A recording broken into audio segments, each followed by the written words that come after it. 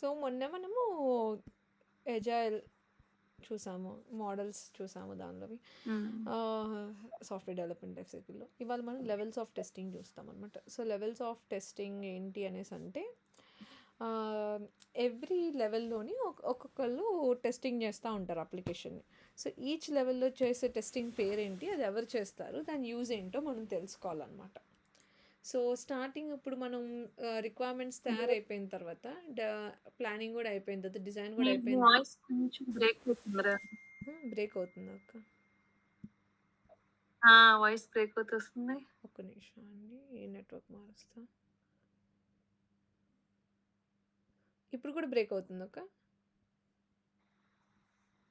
Hello, ఇప్పుడు వినిపిస్తుందా అక్క? ఇప్పుడు కూడా బ్రేక్ అవుతుందా? ఇప్పుడు ఓకే అనిపిస్తుంది, చూస్తానా. ఓకే. సో ఈచ్ లెవెల్లో కూడా మనం డిఫరెంట్ టైప్స్ ఆఫ్ టెస్టింగ్స్ చేస్తూ ఉంటాం అనమాట. సో ఆ టెస్టింగ్ నేమ్స్ ఏంటి అనేవి, అవి ఎవరు చేస్తారు, వాటి వల్ల యూజ్ ఏంటనేది మనం తెలుసుకోవాలి. సో ఇప్పుడు మనం ప్లానింగ్ స్టేజ్ అయిపోయిన తర్వాత డిజైన్ స్టేజ్ కూడా అయిపోయిన తర్వాత మనకి ఏం జరుగుతుంది? డిజైన్ స్టేజ్ తర్వాత ఏంటి ఎస్డిఎల్సిలోని? కోడింగ్. సో కోడింగ్ చేసినప్పుడు కోడింగ్లో ఏమవుతుంది, ఎవరు డెవలపర్స్ ఒక్కొక్క రిక్వైర్మెంట్ తీసుకొని దాని మీద వాళ్ళు వర్క్ చేయడం స్టార్ట్ చేస్తారు. సో ఇప్పుడు అన్నీ ఒకటే డెవలపర్ తయారు చేయలేరు కదా. ఇప్పుడు ఒక టీంలో 5 మెంబర్స్ ఉన్నారంటే 5 మెంబర్స్ తలా ఒక టాస్క్ తీసుకొని చేస్తూ ఉంటారు. సో ఇప్పుడు ఎవరైతే వాళ్ళు ఏ కోడ్ అయితే రాసుకున్నారో ఆ రాసుకున్న కోడ్ని వాళ్ళే చెక్ చేసుకుంటే, వాళ్ళు రాసుకుంది వాళ్ళే చెక్ చేసుకుంటే దాన్ని మనం యూనిట్ టెస్టింగ్ అని అంటాం. So unit testing is done by developers మాత్రమే. సో ఆ డెవలపర్స్ ఏం చేస్తారు, వాళ్ళు రాసుకున్న కోడ్లోని కొన్ని టెక్నిక్స్ వాడతారనమాట. వాటిని మనము వైట్ బాక్స్ టెస్టింగ్ టెక్నిక్స్ అంటాం. సో వైట్ బాక్స్ టెక్నిక్స్లో ఏముంటాయి అనేసి అంటే branch coverage, decision coverage and statement coverage. అంటే మీనింగ్ ఏంటి అంటే, మీరు చిన్నప్పుడు ఫ్లో చార్ట్ చూసుంటారు. సో ఫ్లో చార్ట్ అంటే ఏంటి, ఒక diagram which will give us the steps to perform certain action. So ఇప్పుడు మనము ఇది చూసారా ఎప్పుడైనా, దీన్ని ఫ్లో చార్ట్ అంటాం. సో ఫ్లో చార్ట్ ఏం చేస్తుంది మనకి, ఏదైనా స్టెప్స్ ఒక ప్రోగ్రామ్ అనుకుంటే ఆ ప్రోగ్రామ్కి సంబంధించిన స్టెప్స్ని మనకి థియరిటికల్గా విత్ డయాగ్రమెటికల్ రిప్రజెంటేషన్ మనకు చెప్పడానికి ట్రై చేస్తుంది. సో ఇప్పుడు ఇక్కడ ఏమంటున్నారు, సంథింగ్ ఇది ఏదో సమ్ ఫ్లో చార్ట్ ఉంది, స్టార్ట్ అయింది, సమ్ ప్రాసెస్ జరుగుతుంది, ఇక్కడ ఒక డెసిషన్ తీసుకోవాలి. సో డెసిషన్ తీసుకునేటప్పుడు అయితే మనకి 2 అవుట్కమ్స్ ఉంటాయి, ఒకటి ట్రూ అవుతుంది లేకపోతే ఫాల్స్ అవుతుంది. సో ఇప్పుడు statement coverage, decision coverage, branch coverage వాటిల్లో ఏం చేస్తారు డెవలపర్స్ అంట, సర్టెన్ ఇన్పుట్ ఇస్తారు. ఇప్పుడు 5 అనే ఇన్పుట్ ఇచ్చారనుకో, ఇక్కడ for example even or odd అనే ప్రాసెస్లో ఉన్నాం అనుకోండి ఇక్కడ. సో 5 అనేది ఆడ్ నెంబర్ కదా. సో ఇక్కడ decision odd, no it's an odd నెంబర్కి వెళ్తుంది. అదే ఒకవేళ మనం 6 ఇచ్చామనుకోండి ఇన్పుట్, అప్పుడు డెసిషన్ ట్రూ అవుతుంది. సో ఎస్లోకి వస్తుంది, వచ్చి మనకి ఎండ్ అవుతుంది. సో ఇప్పుడు ఇలాంటి ఒక ఫ్లో ఉన్నప్పుడు స్టేట్మెంట్ కవరేజ్లో ఏం చేస్తారు, ఎవ్రీ స్టేట్మెంట్స్ అంటే ఈ రెక్టాంగిల్ బ్లాక్స్ అనమాట. సో ఈ స్టేట్మెంట్ ఒకవేళ ఈ మొత్తం ఫ్లో చార్ట్లో ఒక 10-20 ఉన్నాయి అనుకోండి, ఊహించుకోండి. అప్పుడు 10-20 కవర్ అయ్యేలాగా చెక్ చేసుకుంటారు, అది స్టేట్మెంట్ కవరేజ్. డెసిషన్ కవరేజ్ అంటే ఏంటంటే, ఈ డెసిషన్ బాక్స్నే బ్రాంచ్ కవరేజ్ అన్న డెసిషన్ కవరేజ్ అన్న ఇంచుమించు ఒకటే. సో ఏదైనా మనకి ఇలా 2 థింగ్స్గా డివైడ్ అవుతున్నప్పుడు left side, right side what ఉన్న పాసిబుల్ అవుట్కమ్స్ అన్నిటినీ కూడా మనం చెక్ చేస్తున్నాం అనుకోండి, దాన్ని మనం డెసిషన్ కవరేజ్ అని అంటాం. సో ఇది మనం చేయము, ఇది డెవలపర్స్ చేస్తారు. దాన్ని వైట్ బాక్స్ టెస్టింగ్ అంటారు. దానిలో వాడే టెక్నిక్స్ నేమ్స్ ఇవన్నమాట. ఓకే. సో ఇప్పుడు ఎవరు రాసింది వాళ్ళు టెస్ట్ చేసేసుకున్నారు, బాగానే పనిచేస్తుంది. సో ఫర్ ఎగ్జాంపుల్ ఒకళ్ళు రిజిస్ట్రేషన్ పేజ్ తయారు చేశారు, ఒకళ్ళు లాగిన్ పేజ్ తయారు చేశారు, ఒకళ్ళు సెర్చ్ పేజ్ తయారు చేశారు అనుకుందాం. సో ఈ ముగ్గురు విడివిడిగా రాసినప్పుడు బాగానే పనిచేస్తుంది. ఇప్పుడు మన ఇంటిగ్రేషన్ టెస్టింగ్ ఏంటి, ఏం చేస్తాము అంటే, ఇంటిగ్రేషన్ అంటే మీనింగ్ ఏంటి, we are combining more than one module. So ఇప్పుడు లాగిన్ అవ్వాలనుకోండి, మనకేం కావాలి దానికి ముందు, రిజిస్ట్రేషన్ అవ్వాలిగా. హ్మ్. రిజిస్ట్రేషన్ అయితేనే హ్మ్. లాగిన్ అవ్వగలుగుతాం గదా! సో, ఇప్పుడు హ్మ్. యూజర్ రిజిస్టర్ అవుతున్న కేస్‌ని లాగిన్ కేస్‌తో కలుపుతారు. ఆ 2 కోడ్స్‌ని కలుపుతారు. కలిపినప్పుడు గూడా అవి బానే పనిచేస్తున్నాయా లేదా అనేది వెరిఫై హ్మ్. చేయడం అనమాట. So, combining more than one module if you are trying to test that application దాన్ని మనము ఇంటిగ్రేషన్ టెస్టింగ్ అని అంటాం. ఓకే. సో, దీన్ని బోత్ డెవలపర్స్ అండ్ టెస్టర్స్ ఇద్దరు చేస్తారు దీనిలో టెస్టింగ్ అనేది. హ్మ్. నెక్స్ట్ ఇప్పుడు ఓన్లీ ఒకటో రెండో మాడ్యూల్స్ కలిపారు. But end to end application అంతా తయారైపోయిందనుకోండి. అప్పుడు మనం ఆ ఎండ్ టు ఎండ్ అప్లికేషన్‌ని మొత్తాన్ని టెస్ట్ చేసేదాన్ని we call it as system testing అనమాట. సో, ఈ system testing is done only by QA people. అంటే మన టెస్టర్స్ అనమాట. సో, ఓన్లీ టెస్టర్స్ చేసే టెస్టింగ్‌ని సిస్టమ్ టెస్టింగ్ అంటారు. So, as part of system testing మనం కొన్ని టెక్నిక్స్ వాడతాం. ఇప్పుడు డెవలపర్స్ ఎలా అయితే decision coverage, branch coverage, statement coverage వాడారో హ్మ్. వాళ్ళని ఎందుకు వైట్ బాక్స్ టెస్టింగ్ అన్నారంటే వాళ్ళు కోడ్ ఓపెన్ చేసి కోడ్ చూసి కోడ్లో ఇన్పుట్స్ ఇచ్చి they are trying to execute it. So, వాళ్ళు క్లియర్‌గా హ్మ్. చూస్తున్నారు దాన్ని. సో, అందుకే దానికి క్లియర్ బాక్స్ టెస్టింగ్ అన్నా, వైట్ బాక్స్ టెస్టింగ్ అన్నా అది యూనిట్ టెస్టింగ్‌లో టెక్నిక్స్. బట్ మనం ఏంటి మనకేమి ఇప్పుడు ఒక ప్రోగ్రామింగ్ లాంగ్వేజెస్ రావు. వాళ్ళు రాసే హెచ్‌టీఎంఎల్, సీఎస్ఎస్, జావాస్క్రిప్ట్ వాటి గురించి మనకేమీ తెలీదు. మనకేం ఆల్రెడీ తయారైపోయిన ఒక అప్లికేషన్ వస్తది. సో, మనం చేసే దాని పేరు ఏమంటారంటే బ్లాక్ బాక్స్ అంటారు. బ్లాక్ బాక్స్ ఎందుకు అనేసంటే without knowing how AP. It is developed just giving by input if you are trying to verify the output దాన్ని మనం బ్లాక్ బాక్స్ టెస్టింగ్ అంటాం. సో, ఇప్పుడు నేను ఒక క్యాలిక్యులేటర్ ఇచ్చాను అనుకోండి. ఆ క్యాలిక్యులేటర్ అలా తయారవ్వడానికి లాజిక్ వెనక ఏం రాస్తారో మీకు తెలీదు. బట్ నేను మిమ్మల్ని హ్మ్. టెస్ట్ చేయమన్నాను అనుకోండి. 2 ఇన్పుట్స్ ఇస్తారు. ఎడిషన్ అవుతుందా లేదో చూస్తారు. సబ్ట్రాక్షన్ అవుతుందా లేదో చూస్తారు. వాల్యూస్ కరెక్ట్‌గా వస్తున్నాయో లేదో చూస్తాం అంతే కదా! సో, ఈ బ్లాక్ హ్మ్. బాక్స్ టెస్టింగ్‌లో కూడా కొన్ని టైప్స్ ఉన్నాయి. సో, అవి ఇంకో 10 మినిట్స్‌లో చెప్తాను. బట్ అది గుర్తుపెట్టుకోండి జస్ట్ సిస్టమ్ టెస్టింగ్‌లో బ్లాక్ బాక్స్ టెస్టింగ్ టెక్నిక్స్ వాడతాము అని. హ్మ్. నెక్స్ట్ మనం ఇప్పుడు టెస్ట్ చేసేసిన తర్వాత ఎండ్ టు ఎండ్ టెస్ట్ చేసాము. కొన్ని డిఫెక్ట్స్ వచ్చినాయి. అవి ఫిక్స్ చేసేసారు. తర్వాత మొత్తం మళ్ళీ చెక్ చేసాము. ఈసారి అంతా పర్ఫెక్ట్‌గా ఉంది.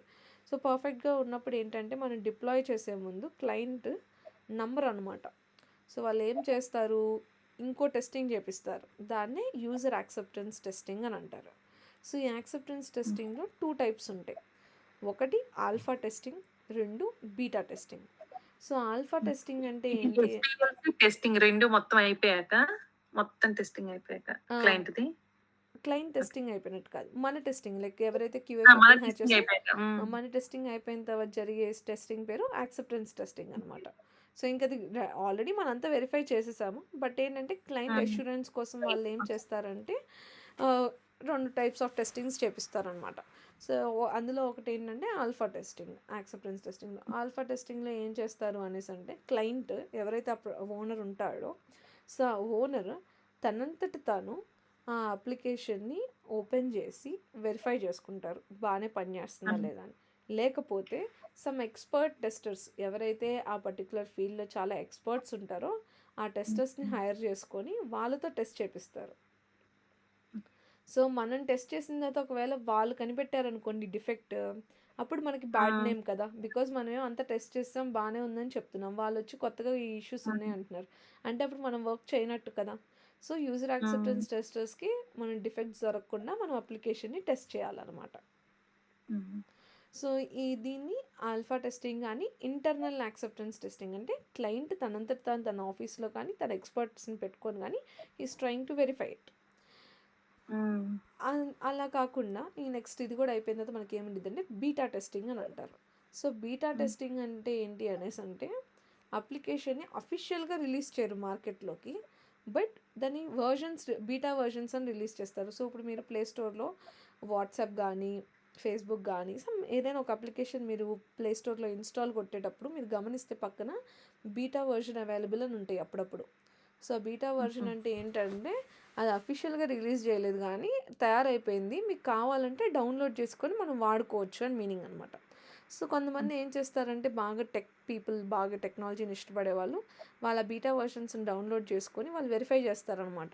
సో, బీటా వెర్షన్స్‌లో మనం ఏమైనా డిఫెక్ట్స్ కనిపెడితే మనకు కొంచెం ఎక్కువ డబ్బులొస్తాయి. హుహు. సో, ఆ డిఫెక్ట్స్ కనిపెట్టి సో, అందుకని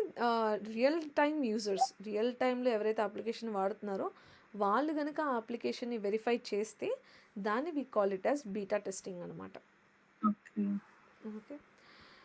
so these are levels of testing. So ఈ బీటా టెస్టింగ్ కూడా అయిపోయి అంతా బాగానే ఉంది అంటే అప్పుడు అఫీషియల్గా రిలీజ్ చేస్తారు డౌన్లోడ్స్ చేసుకోవడానికి, వాడుకోవడానికి. ఇప్పుడు మనం బ్లాక్ బాక్స్ డిజైన్ టెక్నిక్స్ చూద్దాము.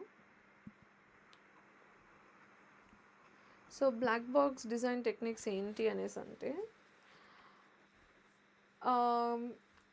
ఇప్పుడు ఫర్ ఎగ్జాంపుల్ నేను మీకు ఒక ఏజ్ ఫీల్డ్ తీసుకుందాము.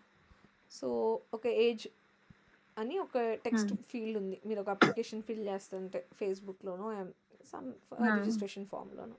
సో ఇప్పుడు ఆ ఏజ్ అనే ఫీల్డ్లోని నేను మిమ్మల్ని టెస్ట్ చేయమన్నాను అనుకోండి, నేనేం చెప్తున్నానంటే మీకు ఏజ్ ఓన్లీ ఇంటిజర్సే అలౌ చేయాలి ఆ ఫీల్డ్ అనేది, అది 0 నుండి 100 మధ్యన వాల్యూస్ని మాత్రమే అలౌ చేయాలి అని చెప్తున్నాను. సో ఇప్పుడు నేను మిమ్మల్ని దాన్ని టెస్ట్ చేయమన్నాను అనుకోండి, మీరు 0, 1, 2, 3, 4 అలా 100 వరకు ఈచ్ నెంబర్ ఇచ్చుకొని చేయడం ఈజ్ ఇంపాసిబుల్ థింగ్. సో దాని బదులు మనం ఏం చేస్తాము అంటే మొత్తం టెస్ట్ డేటా ఎవ్రీ వాల్యూని ఎంటర్ చేయకుండా సమ్ పార్ట్ ఆఫ్ ఇట్ ఏవైతే క్రూషియల్గా ఉంటాయో వాటిని పిక్ చేసుకుంటాం అనమాట. సో అలా ఇచ్చిన డేటా రేంజ్లో ఏది గుడ్ ఏది బ్యాడ్ అని డిసైడ్ చేసుకునే టెక్నిక్సే black box test design techniques. So అందులో ఫస్ట్ ఏమంటున్నాడు, ఈక్వాలెన్స్ పార్టిషనింగ్ అంటున్నాడు. ఈక్వాలెన్స్ క్లాస్ పార్టిషనింగ్ అన్నా ఈక్వాలెన్స్ పార్టిషనింగ్ అన్నా ఏంటి అనేసి అంటే, మనకి ఎప్పుడైనా ఒక డేటా రేంజ్ ఉన్నప్పుడు ఆ రేంజ్ని మనం ఈక్వల్ క్లాసెస్గా డివైడ్ చేసుకోవాలి. సో ఇక్కడ మీరు గమనిస్తే ఇక్కడ ఏం చేసాము, 0 to 100 ఉన్న డేటా రేంజ్ని 0 to 20, 20 to 40, 20 ఇంటర్వెల్స్లో మనం డివైడ్ చేసుకున్నాం. 5 వచ్చినాయి మనకి గ్రూప్ చేస్తే. సో ఇప్పుడు ఇవి వచ్చిన వాటన్నిటిలో నుండి ఒక్కొక్క వాల్యూని మనం పిక్ చేస్తున్నాము, some random value between that range.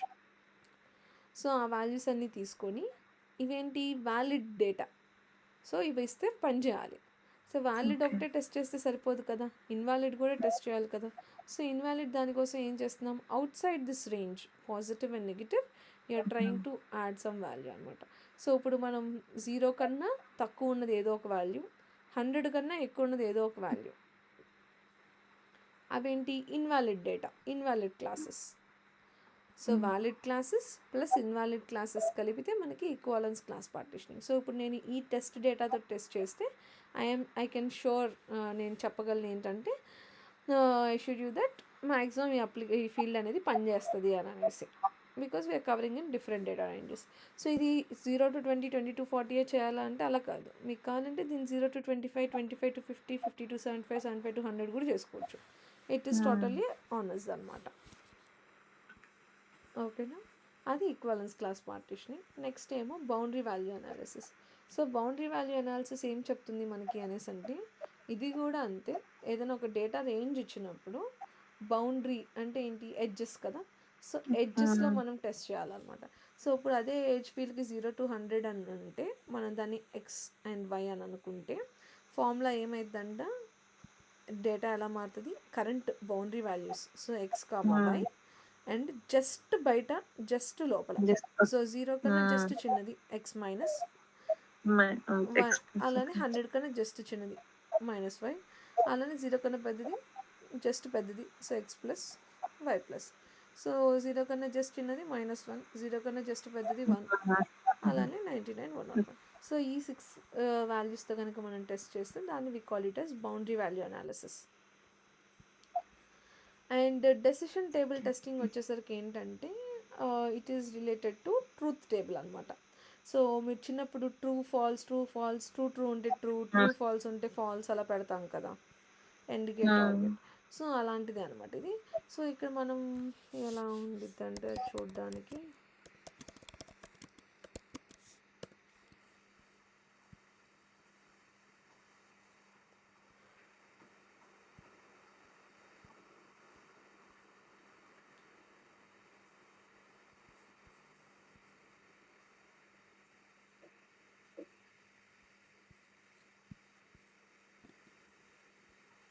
So ఇక్కడ ఏమంటున్నాడు, ఇది ఒక ట్రూత్ టేబుల్ గీసాడు అనమాట. సో టెస్ట్ కేస్ 1లో ఏం చెప్తున్నాడు, ఈ 3 కండిషన్స్ కనుక సాటిస్ఫై అయితే ఇక ఈ యాక్షన్స్ జరుగుతాయి, ఒకవేళ ఏదైనా ఒక కండిషన్ సాటిస్ఫై అయిపోతే ఇంకో యాక్షన్ జరుగుతుంది. సో ఇక్కడ ఏమంటున్నాడు, అకౌంట్ ఆల్రెడీ ఓపెన్ అయ్యి ఓటీపీ సఫిషియెంట్ మ్యాచ్ అయిపోయి అకౌంట్లో డబ్బులు ఉంటే మనం డబ్బులు ట్రాన్స్ఫర్ చేయొచ్చు. ఒకవేళ అకౌంట్ ఆల్రెడీ అప్రూవ్ అయిపోయి ఓటీపీ ఉండి కానీ మన దగ్గర డబ్బులు లేవనుకోండి, అప్పుడు మనకు డబ్బులు లేవు అనే మెసేజ్ చూపించాలి. అది 3 జరిగాయి. అసలు అకౌంటే వ్యాలిడ్ కాదు. అకౌంటే వ్యాలిడ్ కాకపోతే ఇంక ఓటీపీ ఇవేమి రావు కదా. సో అప్పుడు కంప్లీట్లీ ఫాల్స్. అకౌంట్ వ్యాలిడే కానీ ఓటీపీ మ్యాచ్ అవ్వలేదంటే అప్పుడు మనకు డబ్బులు కూడా కనిపించవు. సో అది కూడా ఫాల్స్. సో ఇదే యాక్షన్ ఒక 3-4 సార్లు జరిగింది అనుకోండి, అప్పుడు మన అకౌంట్ని బ్లాక్ చేసేస్తాం. సో ఇలా ట్రూత్ టేబుల్లో కనుక మనం కండిషన్స్ అండ్ యాక్షన్స్ రాసుకొని చేస్తే దాన్ని we call it as decision table testing అనమాట. నెక్స్ట్ వచ్చేసరికి ఏంటంటే state transition testing. So state transition testing ఏం చెప్తుంది మనకి? In state transition testing, test cases are design to execute valid and invalid state transitions. A system may exhibit a different response on current conditions or previous history. So దీని meaning ఏంటంటే, ఒక చిన్న example తీసుకొని చెప్తాను దీన్ని.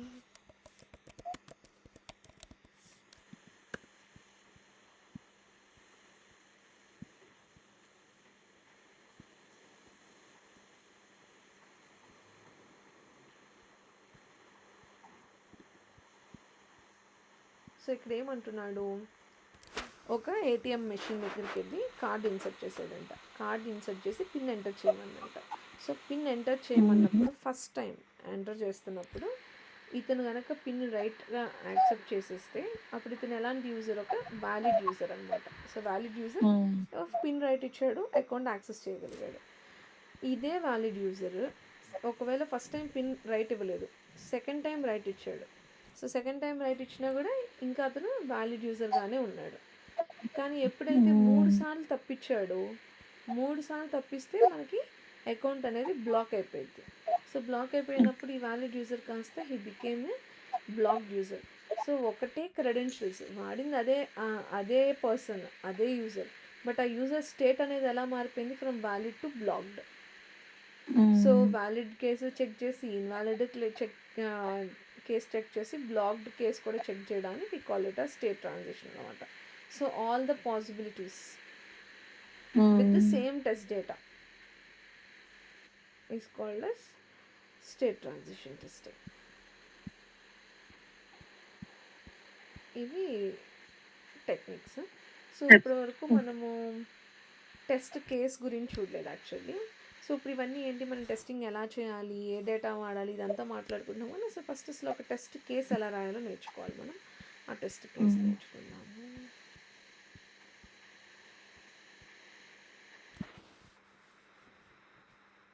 So ఇప్పుడు ఏంటంటే మార్కెట్లో చాలా టూల్స్ ఉన్నాయి ఒక టెస్ట్ కేసెస్ రాసుకోవడానికి, బట్ స్టిల్ ఇంకా కొన్ని ప్రాజెక్ట్స్లో ఎక్సెల్ షీట్ వాడతారు.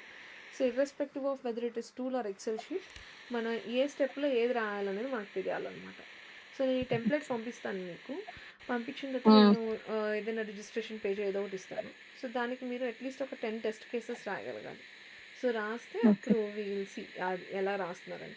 టెస్ట్ కేసులో మోస్ట్ ఇంపార్టెంట్ థింగ్ ఏంటి అనేసి అంటే, ఇప్పుడు మీరు ఇవాళ రాసిన టెస్ట్ కేసెస్ రేపు ఎవరో ఒక పర్సన్ మన కంపెనీకి వచ్చినప్పుడు వాళ్ళకి టెస్టింగ్ గురించి ఏమీ తెలియదు, బట్ మన డాక్యుమెంట్ వాళ్ళ ముందు పెడితే వాళ్ళ స్టెప్స్ ఫాలో అయిపోయి ఆ టెస్టింగ్ కంప్లీట్ చేయాలన్నమాట.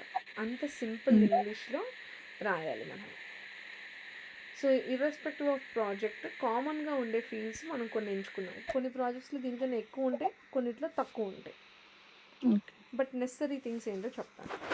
సో మనం ఫస్ట్ ప్రాజెక్ట్ పేరు, ఏ ప్రాజెక్ట్ మీద వర్క్ చేస్తున్నామో ఆ ప్రాజెక్ట్ పేరు రాసుకుంటాము. ఆ ప్రాజెక్ట్లో మనం ఏ మాడ్యూల్ మీద, అంటే registration, add to card, search, అలా ఏదో ఒక మాడ్యూల్ పేరు. ఒకవేళ డెవలపర్స్ ఏదైనా రిలీజ్ వర్షన్ ఇస్తే ఆ వర్షన్ నెంబర్ రాసుకుంటాము. ఈ టెస్ట్ కేసెస్ ఎవరు రాశారో వాళ్ళ పేరు, ఏ రోజు రాసామో ఆ డేట్. ఇక్కడ వరకు టెస్ట్ కేస్ డిజైన్ అనమాట. ఎప్పుడైతే మొత్తం తయారైపోయి మనకి ఇస్తారో డెవలపర్ ఎగ్జిక్యూట్ చేయడానికి, మనం ఎగ్జిక్యూట్ చేస్తే అప్పుడే ఎవరైతే ఎగ్జిక్యూట్ చేస్తున్నారో వాళ్ళ పేరు, వాళ్ళ డేట్ ఇస్తాము. సో టెస్ట్ కేస్ డిజైన్ స్టేజ్లో మనం ఏమేమి రాస్తాము అనేసి అంటే, ఫస్ట్ టెస్ట్ కేస్ ఐడి రాస్తాము. సో టెస్ట్ కేస్ ఐడి ఎలా స్టార్ట్ అయ్యిద్దంట, it starts with TC. So TC underscore, అది ఏ మాడ్యూలో ఆ మాడ్యూల్ పేరు, రిజిస్ట్రేషన్ అయితే రిజిస్ట్రేషన్, లాగిన్ అయితే login, underscore number 001 starting first అది అయితే, నెక్స్ట్ 002 003 అలా వెళ్తాయి. ఇది టెస్ట్ కేస్. ఇక్కడ మనకి ఇంకో ఐడి కనిపిస్తుంది, టెస్ట్ సినారియో అని. సో టెస్ట్ కేస్కి టెస్ట్ సినారియోకి తేడా ఏంటి అంటే test okay. Scenarios are high level description అనమాట. ఒక టెస్ట్ సినారియో లోపల మల్టిపుల్ టెస్ట్ కేసెస్ అనేవి ఉండొచ్చు. సో టెస్ట్ సినారియో ఎలా రాయాలి అనేసి అంటే టెస్ట్ సినారియో కాబట్టి టీఎస్, టెస్ట్ కేస్ అయితే టీసీ, ఏ మాడ్యూల్ అయితే ఆ మాడ్యూల్ నంబరు. ఆ తర్వాత సినారియో డిస్క్రిప్షన్లో మనం ఎలా రాస్తామంటే వ్యాలిడేట్ దట్ అనే కీవర్డ్తో స్టార్ట్ అవ్వాలి. సో వ్యాలిడేట్ దట్ మన లాజిక్.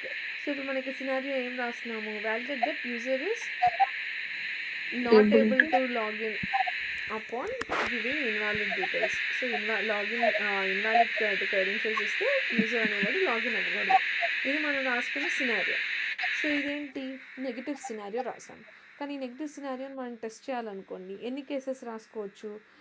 ఒకవేళ యూజర్ నేమ్ వ్యాలిడ్ ఇచ్చి పాస్వర్డ్ ఇన్వాలిడ్ ఇచ్చినా అవి ఇన్వాలిడ్ డీటెయిల్సే. అదే పాస్వర్డ్ యూజర్ నేమ్ ఇన్వాలిడ్ ఇచ్చి పాస్వర్డ్ వ్యాలిడ్ ఇచ్చాడు అనుకోండి అది ఇన్వాలిడే. 2 ఫీల్డ్స్ బ్లాంక్ వదిలేసాడు అనుకోండి అది ఇన్వాలిడే. ఒక ఫీల్డ్లో వాల్యూ ఇచ్చి ఇంకో ఫీల్డ్ బ్లాంక్ వదిలేసినా ఇన్వాలిడే. అలాగా మనకి మొత్తం 6 కేసెస్ దాకా వస్తున్నాయి. సో ఒక సినారియోకి మోర్ దాన్ 1 కేసు వచ్చే ఛాన్స్ ఉంటుంది. కొన్నిసార్లు ఒక కేసే రావచ్చు, కొన్నిసార్లు మల్టిపుల్ కేసెస్ రావచ్చు. బట్ టెస్ట్ సినారియో అనేది high level description. It starts with the keyword validate that. So కొన్ని ప్రాజెక్ట్స్లో ఏంటంటే ఇక్కడ ఎక్స్పెక్టెడ్ రిజల్ట్ కూడా ఇస్తారు, కొన్ని ప్రాజెక్ట్స్లో ఇవ్వరు. సో ఎక్స్పెక్టెడ్ రిజల్ట్ ఎలా రాయాలో టెస్ట్ కేసులో చూపిస్తాను. సో ఇక్కడ ఏంటంటే టెస్ట్ కేసులో వచ్చేసరికి వెరిఫై దట్ అనే కీవర్డ్తో స్టార్ట్ అవ్వాలి. Test scenario starts with validate that, versus test case starts with verify that. So ఇక్కడ మనం ఏం వెరిఫై చేస్తున్నామంట, verify that user is not able to login upon giving invalid user name and valid password. So invalid user name ఇస్తున్నాడు but password మాత్రం valid ఇస్తున్నాడు. So ఇచ్చినప్పుడు మన outcome ఏం అవ్వాలి, యూజర్ లాగిన్ అవ్వాలా అవ్వకూడదా, అవ్వకూడదు because invalid user name valid password కాబట్టి. సో ఇప్పుడు అది టెస్ట్ డిస్క్రిప్షన్ అనమాట. సో ఇది ఎప్పుడు ప్రెజెంట్ టెన్స్లో రాయాలి, వెరిఫై దట్ అనే కీవర్డ్తో స్టార్ట్ అవ్వాలి. నెక్స్ట్ ప్రీ కండిషన్కి వచ్చేసరికి ఏంటంటే ఈ పర్టికులర్ టెస్ట్ కేసుని మనం ఎగ్జిక్యూట్ చేయాలనుకోండి మనకి ఏమి డీటెయిల్స్ కావాలి, ఏం కావాలి అనేది మన ప్రీ కండిషన్. సో ఇప్పుడు ఇది ప్రీ కండిషన్ ఏంటి, మనకు ముందు ఆ యూఆర్ఎల్ కావాలి అప్లికేషన్, ఆ లాగిన్ పేజ్కి వెళ్ళడానికి, అండ్ ఆ తర్వాత యూజర్ నేమ్ ఏంటో కావాలి. సో అది మన pre condition. Next test steps ఏంటి అనేసి అంటే ఈ పర్టికులర్ సినారియోని టెస్ట్ కేసుని ఎగ్జిక్యూట్ చేయడానికి మనం ఏమేమి స్టెప్స్ ఫాలో అవ్వాలి. ఫస్ట్ మనం ఒక బ్రౌజర్ ఓపెన్ చేసుకోవాలి, ఓపెన్ చేసిన తర్వాత యూఆర్ఎల్ క్లిక్ చేయాలి, ఆ తర్వాత ఇన్వాలిడ్ యూజర్ నేమ్ ఎంటర్ చేయాలి, వ్యాలిడ్ పాస్వర్డ్ ఎంటర్ చేయాలి, ఆ తర్వాత లాగిన్ బటన్ మీద క్లిక్ చేయాలి. సో ఈ 4 స్టెప్స్ చేస్తే ఈ టెస్ట్ కేసు కవర్ అయింది. సో ఈ స్టెప్స్ ఎగ్జిక్యూట్ చేయడానికి మనం ఇక్కడ వాడే డేటా యూజర్ నేమ్ పాస్వర్డ్ ఫీల్డ్స్లో ఏం డేటా అయితే ఇస్తున్నామో దాన్ని మనం టెస్ట్ డేటా కాలంలో పెట్టుకుంటాము. ఆ తర్వాత ఎక్స్పెక్టెడ్ రిజల్ట్లోకి వచ్చేసరికి ఏంటి అనేసి అంటే ఈ స్టెప్స్ పర్ఫామ్ చేసినప్పుడు ఈ టెస్ట్ డిస్క్రిప్షన్ వల్ల మనం ఏం ఎక్స్పెక్ట్ చేస్తున్నాము, ఏం అవ్వాలని ఎక్స్పెక్ట్ చేస్తున్నాము, అవ్వకూడదని. సో అవ్వకూడదు అనుకుంటున్నాం కాబట్టి ఎప్పుడైనా సరే ఎక్స్పెక్టెడ్ రిజల్ట్లో షుడ్ అనే కీవర్డ్ కంపల్సరీ యూజ్ చేయాలన్నమాట. So user should not be able to log in successfully, అది మన ఎక్స్పెక్టెడ్ రిజల్ట్.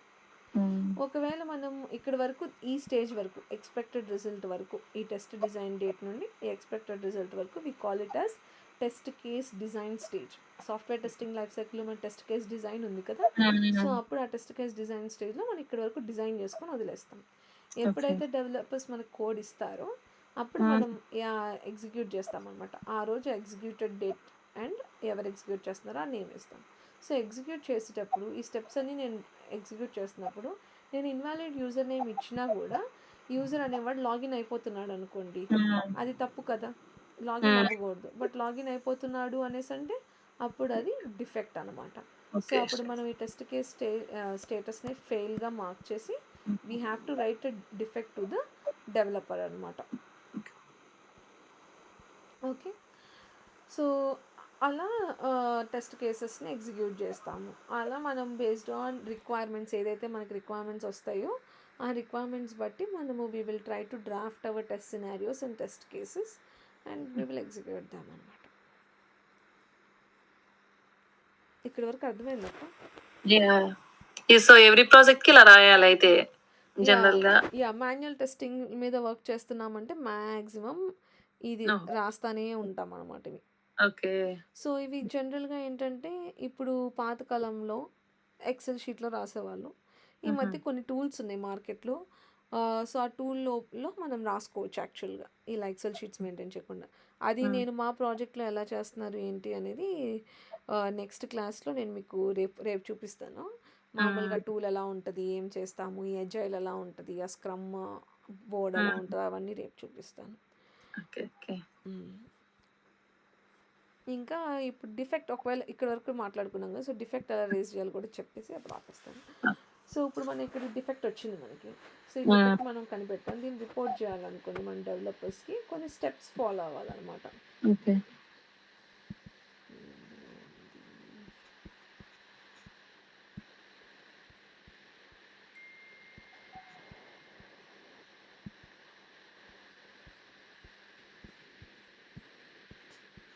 ఓకే. నేను రాస్తాను. ఫస్ట్ డేలో ఉన్నట్టుందండి డిఫెక్ట్ లైఫ్ సైకిల్ అదేనా?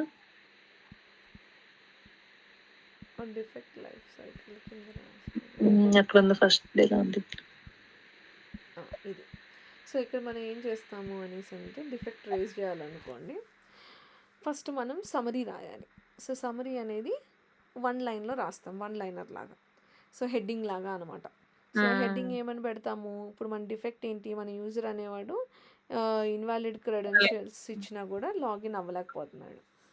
So, user is able to login even upon giving valid credentials. Sorry, invalid credentials. Invalid ఇచ్చినప్పుడు కూడా login అయిపోతున్నాడు. So, అది సమరీ కింద రాస్తాం. సో, దీన్నే ఇంకొంచెం ఎక్స్పాండ్ చేసి రాసేది డిస్క్రిప్షన్ అనమాట. లైక్ ఆ అప్లికేషన్ పేరు మీద. సో, ఫర్ ఎగ్జాంపుల్ అమెజాన్లో in Amazon login page upon giving invalid username and valid password, user is able to log in which is not valid, something like that.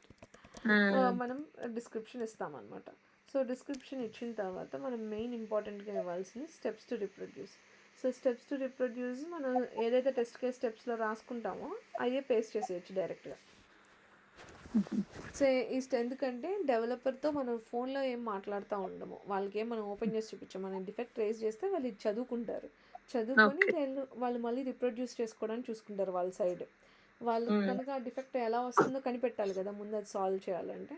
So, అది ఎలా వస్తుందో ఒకసారి check చేసుకోవడం కోసం వాళ్ళకి డాక్యుమెంట్ అనేది చాలా యూస్ఫుల్ అనమాట. సో, ఇది చాలా నీట్గా రాయాలి ఇది.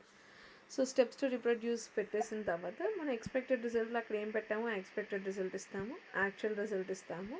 తర్వాత ఏ డెవలపర్ ఇది ఫిక్స్ చేయాలో ఆ డెవలపర్ యొక్క నేమ్ ఇస్తాము. ఇది మనకి ఎలా తెలుస్తుంది అనేసి అంటే మనకి ఫస్ట్ ఇచ్చింది వాళ్ళే అయ్యుంటారేమో.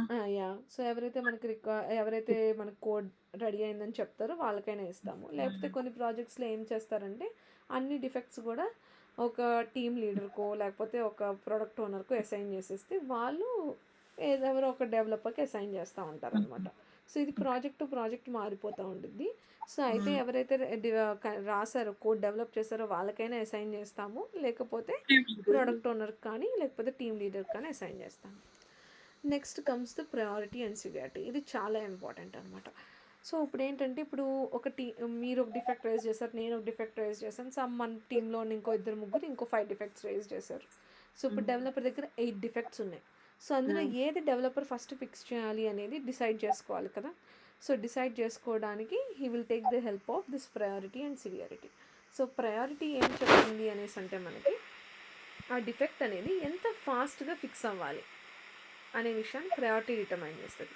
సివియారిటీ ఏం చెప్తుంది అనేసి అంటే అది ఎంత ఇంపార్టెంట్ ఫంక్షనాలిటీ ఆఫ్ ద అప్లికేషన్ని ఎఫెక్ట్ చేస్తుంది అని చెప్తుంది. అంటే మీనింగ్ ఏంటంటే ఇప్పుడు ఫర్ ఎగ్జాంపుల్ ఇప్పుడు లాగిన్ సినారియోలో మాట్లాడుతున్నాం కాబట్టి ఇప్పుడు లాగిన్ ఇప్పుడు మనం అమెజాన్ సమ్ అప్లికేషన్ ఫేస్బుక్ ఉందనుకోండి, మీరు లాగిన్ అయితే కానీ మీరు మీ ఫ్రెండ్స్ లిస్ట్ కానీ మీ పోస్ట్ కానీ చూసుకోలేరు. సో, ఇప్పుడు ఒకవేళ నేను వ్యాలిడ్ క్రెడెన్షియల్స్ ఇస్తున్నాను అనుకోండి, వ్యాలిడ్ డేటానే ఇచ్చాను, నేను క్లిక్ చేస్తే నేను లాగిన్ అవ్వాలి కానీ అవ్వట్లేదు.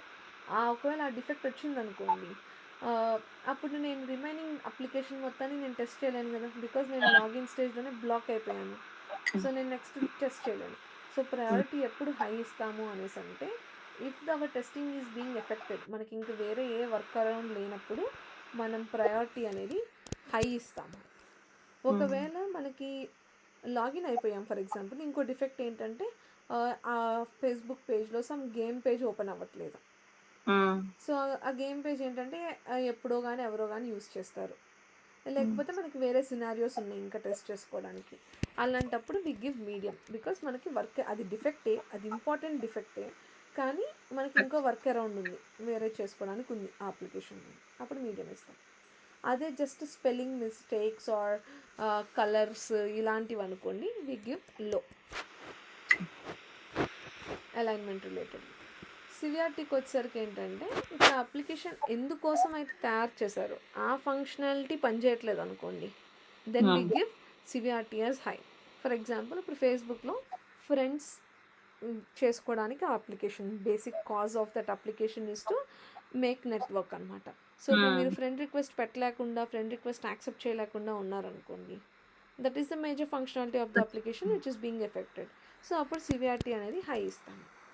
అదే ఒకవేళ very some feature which is not being frequently used, ఇప్పుడు ఫేస్బుక్లో అట్లీస్ట్ ఫర్ మన వరకు దానిలో ఉండే డేటింగ్ యాప్ మనం అంత ఎక్కువ వాడం. సో అది రియల్ టైంలో యూసేజ్ తక్కువ ఉందనుకోండి, ఆ డేటింగ్ యాప్ని అంతగా టెస్ట్ చేయాల్సిన అవసరం ఉండదు, because it is not impacting the business. ఆ క్లయింట్ యొక్క బిజినెస్ని ఇంపాక్ట్ చేయట్లేదు, because client business, main business అనేది వేరే ఫంక్షనాలిటీస్ నుండి వస్తుంది, కానీ ఆ పర్టికులర్ ఫంక్షనాలిటీ నుండి రావట్లేదు. అప్పుడు we give it as medium. And low వచ్చేసరికి మళ్ళీ అంతే, స్పెల్లింగ్ మిస్టేక్స్ కానీ కలర్స్ కానీ, కాస్మెటిక్ ఎర్రర్స్ అని అంటారు అనమాట. కాస్మెటిక్ ఎర్రర్స్ అంటే look and feel of the application effect చేసేవి, like alignments, colours, font. So వాటికి మనం లో ఇస్తాం. వీటన్నిటితో పాటు ద మోస్ట్ ఇంపార్టెంట్ థింగ్ ఈ స్క్రీన్ షాట్స్. సో ఆ డిఫెక్ట్ వచ్చింది అని చెప్పడానికి ఆ ఎవిడెన్స్ మనం అటాచ్ చేయాలన్నమాట. సో ఇదంతా మనం జనరల్గా ఒక టూల్లో రేస్ చేస్తాం. ఇక్కడ నేను థియరిటికల్గా ఇలా చెప్పాను కదా, సో రేపు ఆ టూల్ చూపిస్తాను. ఓకే ఓకే అక్క, ఇక్కడి వరకు చేయండి. అయితే మీరు ఇప్పుడు ఏం చేయాలంటే, ఈ పేజ్ ఉంది కదా, ఫేస్బుక్ తీసుకున్నాము, అమెజాన్, మీకు ఏది ఎక్కువ కంఫర్ట్, లైక్ మీరు ఎక్కువ ఈ కామర్స్ వెబ్సైట్స్ వాడతారా, అమెజాన్ అలాంటివి వాడతారా, లేకపోతే? నేను అమెజాన్ యూస్ చేస్తాను. ఓకే, అమెజాన్ యూస్ చేస్తారు కాబట్టి, సో అమెజాన్ పేజ్లో మీరు ఏదైనా ఒక సినారియో తీసుకోండి, whether it might be searching for a product or signing up for that page or add to cart functionality, లేదా ఒక ప్రోడక్ట్ని కార్ట్లో యాడ్ చేసుకోవడం. దానికి మీరు పాజిటివ్ అండ్ నెగిటివ్ థింగ్స్ని ఐడెంటిఫై చేసి నేను ఈ డాక్యుమెంట్ పంపిస్తాను. సో ఈ డాక్యుమెంట్లో మీరు అట్లీస్ట్ ఒక 10 టెస్ట్ కేసెస్ ఫిల్ చేయగలగాలి. ఓకే. సో అందులో మీరు ఏమైనా మిస్టేక్స్ చేస్తే మనం దాన్ని నెక్స్ట్ క్లాస్లో చూద్దాం. ఓకే, రేపు ఉంది కదా క్లాస్? యా ఉందక్క. ఓకే. నేను మర్చిపోయాను, అంటే నేను అనుకున్నాను బాగోలేదేమో అనుకున్నా. సో రేపు తీసుకుందాం లేండి అయిపోతే. ఓకే ఓకే, అయితే బాయ్ బాయ్.